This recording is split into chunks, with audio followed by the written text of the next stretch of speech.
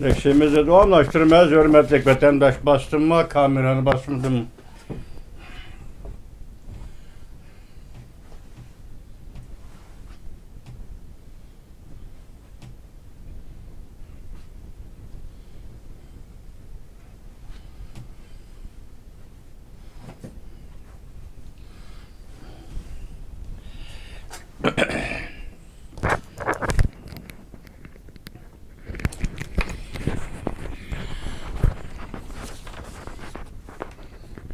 Bugün çislak hürmetlik vatandaş 2023 yıl 11. ayının 1. günü heptiki çarşamba yukarıda Prezident Joe Biden 11. ayda San Francisco'da eçildiğin yığın Asya Tinç Okyan İqtisadi Hamkarlık yığınıda Reis Xi Jinping ile sohbet kurduğallığı ve bu sohbet jaryanında neticelerini kolga keltiriş için biz Uygurlarning arzu armallarını yukarıda aşınçılık sözüldük vatandaşım. Endi bu jaryandan qandaq jaryan işkeligi işki hükümet işki devlet o'tirisidagi ish.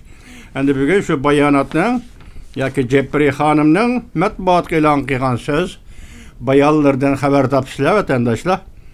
Aqsaray Washingtonning nishoni Prezident Joe Biden Reis Xi Jinping bilan 11. ayda quruluş xarakterlik suhbat o'tkazdi. Mavzuli xabar 11. ayının 1. günü Amerika ovozidan Xitoy til programmasi e'lon qilindi. Xabar bundaq boshlandi.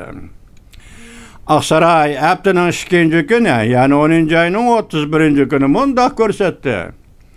Amerika Qo'shma Shtatlari prezidenti Joe Biden 11. ayda San Francisco'da açıldığı Asya Tinch Okyan İqtisadi Hamkarlık yig'inida, yani yig'in aralig'ida Jungoning raisi Xi Jinping bilan ko'rishdi. Aqsaray bu xabarni e'lon qilishdan burun Jungoning tashqi ishlar ministri Wang Yi Washingtonni tuyuqsiz ziyorat qilib, Reis Xi Jinping bilan Prezident Joe Bidenning yuqori darajalik suhbat o'tkazishiga yo'l ochdi. Jungo tehi hozirgacha Xi Jinpingning Amerikaga keladiganligi to'g'risida bir xabar e'lon qilmadi. Aqsaray axborot katibi Jempri tashqi dunyo uzundan beri kutayotgan bu qatam Prezident Joe Biden bilan Reis Xi Jinping o'tirisida o'tkaziladigan suhbat to'g'risida mundaq ko'rsatdi. Ikki davlat rahbarlarining bu qatam 11. ayda San Francisco'da quruluş xarakterlik suhbat o'tkazishi bu bizning nishonimizda. Bu yerda quruluş xarakterlik bo'lgan vaqtda balki ikki davlat o'rtasida davomlashib kelayotgan suhbat bo'lib Prezident Joe Biden hukumati bilan Jungo Kompartiyasi hukumati o'rtasida shu 3 yil mobaynida davomlashib kelayotgan suhbat, yani Jungo Amerika o'rtasidagi suhbat va bu suhbat o'rtaga qo'yilgan mavzular sizlarga ayon vatandoshim. Bu mavzular kishilik huquqqa oid kishilik huquq qatorida Tayvan meselesi, Uyg'uriston meselesi, Tibet meselesi, Hong Kong demokratiya meselesi, mush qatorliq masalalar so'zlanib keldi. Endi shundan qaraganda bu yerda hozir bizning nishonimiz deydi bayonotchi Jempri xonim. İki davlat rahbarlarining 11. ayda San Francisco'da quruluş xarakterlik suhbat o'tkazishi. Endi bu suhbatda quruluş xarakterlik bo'lganda yuqorqi mavzular yoki yuqorqi masalalar bo'yicha bir konkret tadbir, konkret siyosat o'ttirg'i chiqishi mumkin. Masalan, bunda siyosatning o'ttirg'isi Jungo hukumatining Amerikaning talablarini, kishilik huquq talablarini, kishilik huquq e'tirozlarni to'g'ri tushunib, dunyoda mushundaq ish bor degan qoidaga, prinsipga qaytib kelib, ya'ni Birlashgan Davlatlar Tashkilotini mushundaq ta'kidlash bor deydigan prinsip qaytib kelib, Prezident Joe Bidenning talab fikrlariga qo'shilib, ikki davlat o'rtasida mushu masalalarni qandaq bir taraf qilish uchun oxirgi tugallik yoki oxirgi suhbat yoki oxirgi bir fikrga kelishdan iborat mushu payt, masalan Prezident Joe Biden uchun aytganda 3 3 yıl tamam bu iş Cungo hükümetiyle sözlenip geldi, oturup koyulup geldi. Belki en ahırkı netice buluşu mümkün. Şu neticeye yarışa zor galbilerini kolga keltirişini Prezident Joe Biden'ın yana ümit kılımız. Bir yerde hanım Jempri hanım, bayanatçı Jempri hanım kuruluş karakterlik dedi. Demek şunun karaganda bu katımkı söhbet hem ciddi buludu, hem uzun kesil buludu, hem tefsilatla kadar sözlenüdü ve bunu da Cungo tarafının cevabını anlaydı dep işinimiz. Vay, Cungo tarafının cevabını anlaydı ve bu doğruda Aksaray yoki Prezident Joe Biden hükümeti karar çıkardı dep işinimiz vatandaşım. Jempri sözünü toluqlap durup mundaq ko'rsatdi. Bu eşkiler ayda, yani aldığımız 11. ay, kırıp oldu 11. ayda 100 beridigan eş. Biz San Francisco'da bir katımda kuruluş karakterli söhbet ötküzümüz. Bunu ikinci katım ta'kidledi degan gap. Men şundaq hesaplayman ki, men bu haberni hazır delilledim. Men bu haberni hazır delilledim. Demek kuruluş karakterlik söhbet ötküzümüzden keyniden bayanatçı Jempri dedi ki, men şundaq hesaplayman ki, bu yerde sözünü ve cümleni muqimlaştırıp oturdu vatandaş. Men bu haberni hazır delilledim.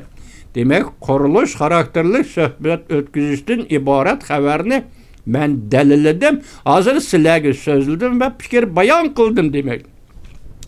Amerika memuri daireler bir nefer yukarı derecelik ameldar Fransiya agentliği mundaq ko'rsatdi.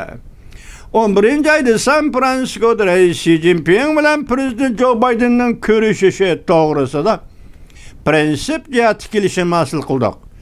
Yani Wang Yi Washington tuyuqsuz ziyaret bilen yetip kelgendi. Şundaq elendi Xitayçıda, Xitay tilde Amerika oğazı Hanjan dedi. Hanjan degen tuyuqsuz degen gep.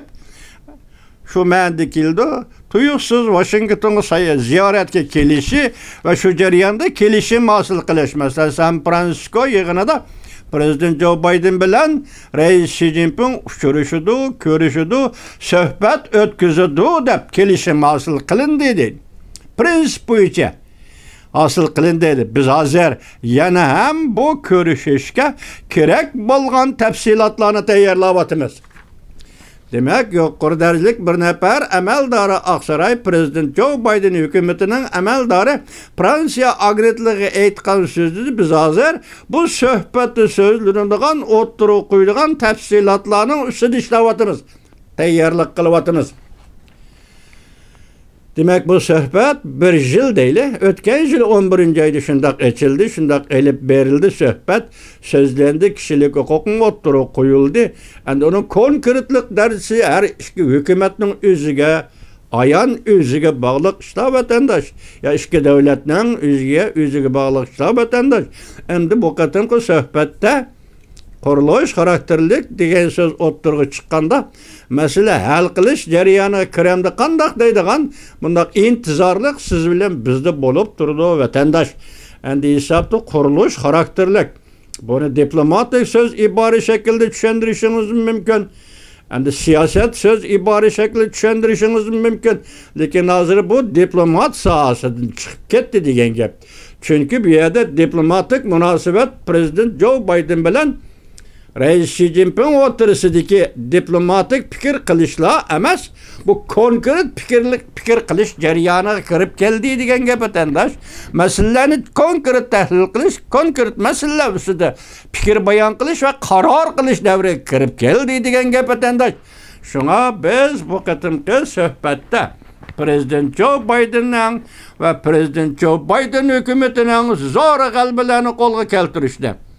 Bulup mu Uygurlar meselesi doğrusu da ve bunun kelgisi ve hazırlık Uygurların hazırlık mevcutluğu doğrusu da Prezident Joe Biden hükümetinin zor galbelerini kolga keltirişine biz Uygurlar ümit kılımız hem talep kılımız.